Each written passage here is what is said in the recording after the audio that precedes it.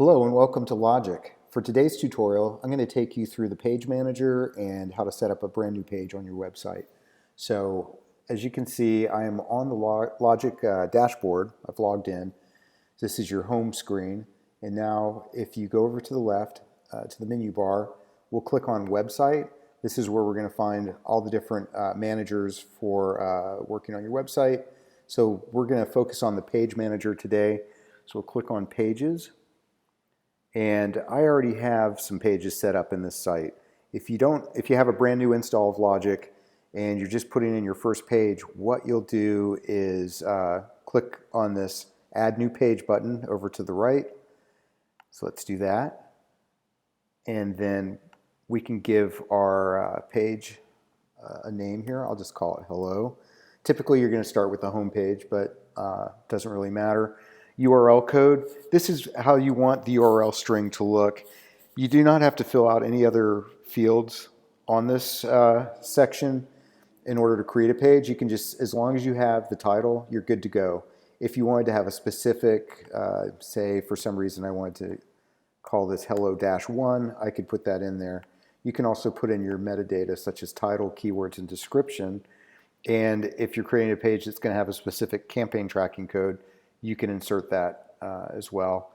All pages, new pages, are enabled by default, and you could set up as disabled so it won't be viewable even if you know the direct link. So here we go. We're going to save, and this is going to take us to the page editor. So we can see the name of our page is up here. We can see our URL code is hello1, and we have our workspace is in the center column.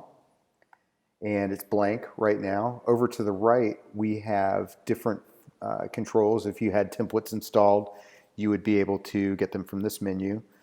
The page is enabled. If we wanted this to be a top-level page in the navigation, we can click on that, and then we can leave it top level, or we can look for another page, such as About. We could make this nested within About just by selecting that. We'll be able to preview our page, nothing to see yet, and there's some other sections we're not going to go into now. If we wanted to password protect or edit our SEO settings, that's also available there. So let's get started. First thing, Logic, in the page editor in Logic is divided up into sections, columns, rows, and then modules. By default, you're going to start out with a section. This is what we call a standard section. It fits within the center column of your website. If you wanted to start with a full width section or another standard section, those links are down here. But let's just start with our section here that's been provided. The next thing we're going to have to do is we need to divide this up into columns. So we're going to decide, we'll click on this, and we're going to see a menu of different column options. If you can imagine on your page, we could have a single column, or we could split the page into two columns, or any of these arrangements here. If we wanted to have an image that would run the full width, or a background color that's going to run edge to edge of the page, we're going to want to select this full width option. But let's keep it basic. For now, we're going to start with our single column, and now we can insert a module. So within the column, it has this prompt. We click on that. That takes us to the module menu. We have a lot of different choices, and in Logic we're always adding new ones. And at the top we've got the most basic module you could have, and that is the text block. So if I click on that one, I'm going to get my text editor. Now you notice modules are always divided up into these tabs. The content area tab, that's going to be what is specific to this module. Settings tabs are the same across all the different modules. They always give the same kinds of options like visibility, how to turn them off across different breakpoints, your padding and margin settings, which we can get into later, as well as a lot of background options. So let's go back to the content tab. Once again, this is a text module, so I want to add some text on the page. I'll do the classic hello world. Oops. Hello world. Let's using my text editor, I'll use these icons, I can center it. I am going to make it an H1 tag. I will adjust the size, let's make it big. I'm going to carry it down to the next line, put in a space after that. Maybe we will add a color to this. So I'm kind of rushing through this. I'm assuming you've seen a text editor. It's like Microsoft Word. So I'm not really going to teach you how to use a text editor, but there are a lot of features here. You can adjust the line height. You could insert an icon. You might as well do that. We have emoticons, or we could go to this library and find something. So maybe I'll search. You'll notice the search is highlighted. So if you were looking for a Facebook icon, you could type in face. It's going to find that. Or if I want to put smile, and I can select that. So there we go. We have a smiley icon. Let's go ahead. Now remember, you always have to save or these changes will not be there. If you click the X up here, that'll cancel out, or if you click outside of the box. So let's go ahead and save this. So now we have our first text block. We can hit this preview button on the right side here, and it's going to pop up a new tab. And we're going to see a page, very basic, that says Hello World. So let's go back here. Let's get a little bit more sophisticated. We'll add in a brand new section, a full width section. Now we have drag and drop capabilities, so I'm going to drag and drop this at the top. I'm going to create a hero panel at the top of my page, which is very common. So let's start by inserting a column. This time we're going to go with our full width. Now let's insert a module, and we're going to go with, let's go with our enhance image slider. So a lot of options here, but we're going to skip. I'm not going to get into detail on that in this tutorial, but a hero panel has to have a panel. That would be, because a hero panel that has a carousel function, so you can have multiple panels that would scroll through in a slideshow. So let's add a panel, and you have to have an image for your panel. So we'll select image. This is going to take us to the media manager. I already navigated to where we have some hero panels, and let's put in an image. You can see there is an image there, big one. Also, we would be able to add in a specific image for mobile if we wanted to. But for right now, we're going to start out with just the standard desktop image. Let's go ahead and save that. Save again. I'm going to go back to the tab I have open. I'm just going to refresh. I just want to make sure that that's going in there correct. So there you go. We have an image up there. Now you'll notice the image is a certain height. By default, we have it set on this particular module. We're going to limit our pixels, height in pixels. I could go full screen, so let's just go full screen. We'll save and go back here. We'll refresh. Wow, so that's big. It's kind of fun. You can do an overlay. Once again, I don't want to get too into detail with the hero panel because this is not a hero panel tutorial, but let's just put my website. And once again, we're going to make this H1. We could make it H2 and see what happens. I don't know what font that is. 80. Let's make this text color white. Now, here's something interesting. So we made it white on a white background so we can't see it. You can use the shade tool right here so you can edit white text. For now, let's just save that.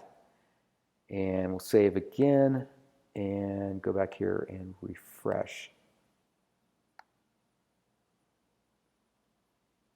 So I really need to probably put a shade on my image, but you can see that the text is actually right there in the middle. There's a lot of things you can do in the design. You can shade back the image so that the white text would pop up more. But that's the basics. Now we could add additional modules within the row that you've already created. I'm not going to do that. You could add a brand new row within the same full width section, and you could put in any configuration you want and then start to add in modules. Typically, I like to reserve full width for obviously graphics that are going to run full width. So I'm going to delete that row out of there. You can see it's giving me a prompt. It gives you a warning. Make sure you're not deleting something that you need. But in my fixed column section, I'm going to go ahead and add a row. Let's play around here, and we'll put in 3 columns. And then we could do insert a module such as a call to action module. And a call to action module consists of an image, some description text, and then a button. So let's start out by, let's put this image in. And these are just some stock images I have. They may not actually look good in the design, but we can put that in there. And then we can add some text here. Description text goes here. And just to fill it out a little bit, I'll just cut and paste this a few times. I like to add a space afterwards, just so the next feature, which will be my call to action button, does not, it's not touching the actual button. So let's put in learn more. This is CTA button. This is going to be the button that shows up underneath. I don't have a URL right now, but we could put in, let's see, yes, I'll just put in Cyber New York. And we'll make our text size 20. We will make the button color something probably hideous. That's text color. Let's leave that white. Let's make the button color hideous. Let's see, bright pink. And you could actually cut and paste that value into the border. We could make you can have a different color border. Let's see, let's actually make it a little bit lighter, just a little bit, so you can see what that effect would be. Let's give it a 2-pixel button or border. We're going to choose our button style. Let's do rounded corners. And if you wanted to, you could make it lighten on hover. And there's also some advanced button settings, but we won't cover that for now. We're going to leave alignment centered. Let's go ahead and save this. And we'll go back here and let's see what we got. I'm going to refresh this page. So once again, we have our hero panel. Now we have our hello world followed by a basic call to action. Let's go back to our editor, and I want a little bit of space between that image and the text, so I'm just going to put a line in there. Now I'm going to show you another interesting feature. We have a duplicate. You can duplicate any module or clone it. So I will duplicate that a couple of times. I'm going to refresh the page so that I can now change the control over to dragging and dropping the module. And I'll bring that over here and this one over here. This is going to make it easier for me to just modify. So let's just replace the image. And I'm not sure what these images are going to work or not. Go into this last one, select image, and we'll put in the city. Okay, we save that. Now when I go back here and refresh, we should have 3 call to action modules. Yep, there they are. Now, normally you're going to want to match up your image heights, make it look a little bit neater, but you get the idea. So we've created some elements on the page. So let me go to, before we wrap this up, I am going to go back out of this page. We're going to go back into the page manager that lists all the pages. You can see our hello page was created. This is today's date. And last modification is not enabled because we just created it. But I will go to the home page. That's a page that I created before. Let's preview the home page. This will give you an example of a more sophisticated layout. This page has the hero panel, 3-column call to action, and a couple of content units, and a little parallax effect area before it gets to the footer. So remember how this is structured. You have that full width section, you have a 3-column in the center, these content areas. Now when we go back here, let's go into our home page. We'll go to edit it, You can see that this green section means it's full width, and we have a desktop hero, and I have a mobile hero, a separate one, that is only visible. Let's see. If I go to my visibility settings, it's turned off for desktop tablet. It's only visible on mobile. So the same would be, or the inverse, for desktop I have mobile turned off. That allows you to have more specific control for the layout. But we have this full width section. We have our 3 columns below. And then we have our content area here. So we go back. It's really mimicking the structure of the page. So you can see that here.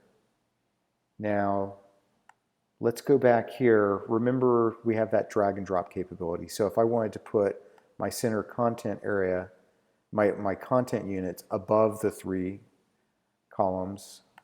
So remember, we've got hero panel, 3 columns. I'll just refresh, and you're going to see this pink area is going to come up above